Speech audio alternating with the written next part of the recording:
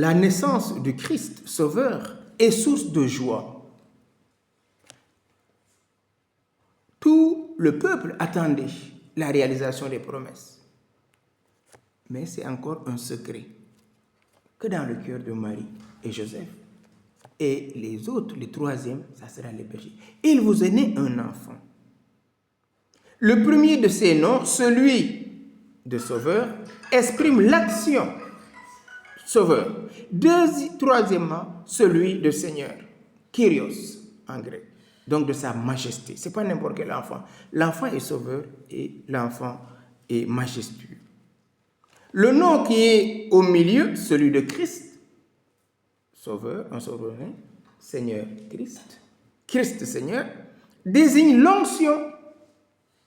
Oui. Désigne l'onction. Il n'exprime pas la nature, mais l'union hypostatique de la nature humaine et de la nature divine. Nous croyons que Jésus-Christ, notre Sauveur, a reçu une onction solennelle. Ce n'est pas cette onction figurative, telle que le roi la recevait autrefois avec l'huile sainte et qui était conférée par une grâce prophétique. Ce n'est point non plus cette onction conférée par l'accomplissement d'un grand dessein, comme nous le voyons dans ce passage d'Isaïe 45. Voici ce que dit le Seigneur à Cyrus, qui est son Christ.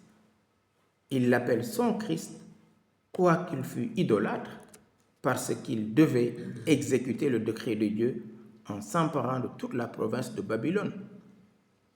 Et donc, quand on va dire le Christ, Jésus, le Christ, c'est une onction. Le roi, quand on l'intronisait, on versait de l'huile. Il y avait une corne d'huile que le grand prêtre déversait sur la tête du roi. Parce que le roi était considéré aussi comme fils de Dieu, représentant de Dieu. Donc, il recevait une onction d'huile. Et là, le Christ, l'onction qu'il reçoit, ça ne vient pas des hommes. Il vient de Dieu. Il est rempli de l'Esprit Saint. L'Esprit Saint couvrit Marie de son ombre. Et l'être saint qui naîtra de toi sera appelé fils de Dieu. Donc, dès sa conception, il est rempli de l'Esprit Saint. Il est onctionné. C'est pour ça qu'on l'appelle le Christ.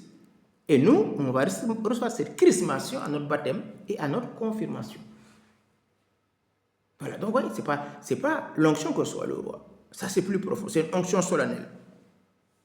Pour le Sauveur, il a reçu l'onction comme homme et dans la forme de l'esclave qu'il avait prise. Et il donne en tant que Dieu l'onction de l'Esprit Saint à tous ceux qui croient en lui. Là, il le reçoit parce qu'il est incarné. Comme Dieu, il l'a toujours. Mais là, par son incarnation, il reçoit cette plénitude. Le Saint-Esprit l'a couvert de son ombre. Et l'être saint, qui est Jésus qui est né, est le Sauveur, Christ Seigneur. Ça va ça? C'est pas trop rapide? Ça va?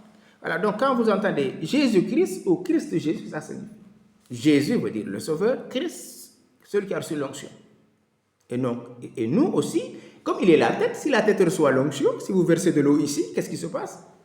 Ça dégouline sur le corps. Et donc, nous aussi, on est chrismés. On a reçu l'onction. On n'est pas n'importe qui.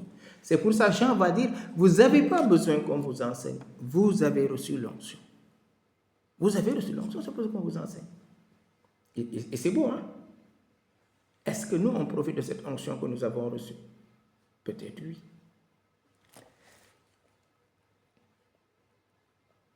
Et l'ange le dit aujourd'hui. Je vous disais ce matin, on retrouve dans le psaume 94, aujourd'hui, quand vous entendez sa parole, ne fermez pas votre cœur comme au désert. Parce qu'au désert, les pères ont entendu la parole, ils n'ont pas obéi.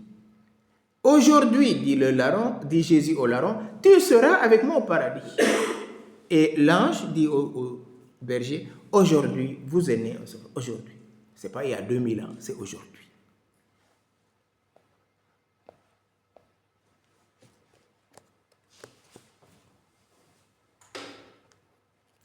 Au sens, maintenant on va élever un peu le regard, au sens mystique, l'apparition de l'ange aux bergers qui veillaient sur leur troupeau et la charité divine qui les environnait nous apprennent que ceux qui gouvernent avec sollicitude les brebis fidèles qui leur sont confiées sont admis de préférence à tous les autres à contempler les mystères les plus sublimes. S'ils sont dociles, bien sûr, à l'action de Dieu. S'ils sont dociles à l'action de Dieu. S'ils ne le sont pas, non. Ils ne peuvent pas jouir de cette grâce pour diriger. Parce qu'on a aujourd'hui des dirigeants qui combattent plus Dieu, quoi. Et donc, eux, cette grâce, ils n'en ont pas utilisé. On leur donne une Ferrari, mais ils les laissent au garage, dans leur parking.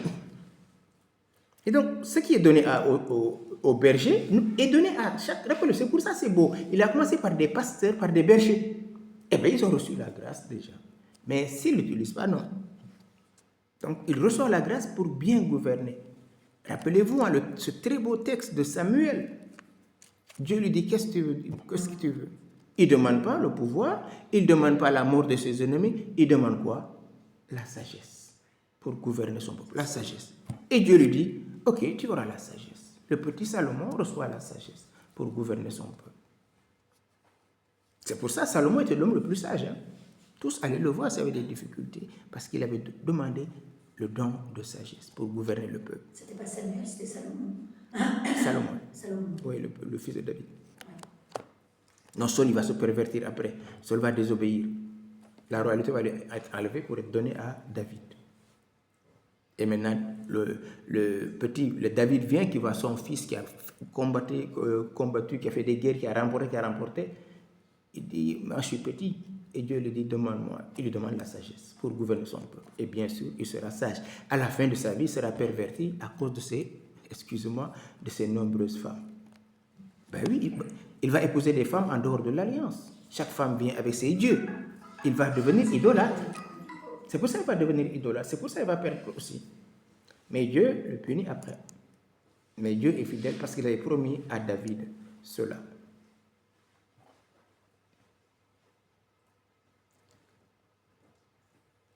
Jésus dit, je suis le bon pasteur. Et je connais mes brebis. Et mes brebis me connaissent. Jean chapitre 10. Le troupeau dont il parle, c'est chacun d'entre nous. Il est venu rassembler les enfants de Dieu dispersés pour en faire un seul peuple. Le peuple que nous formons l'Église. Ecclésia, rassemblement.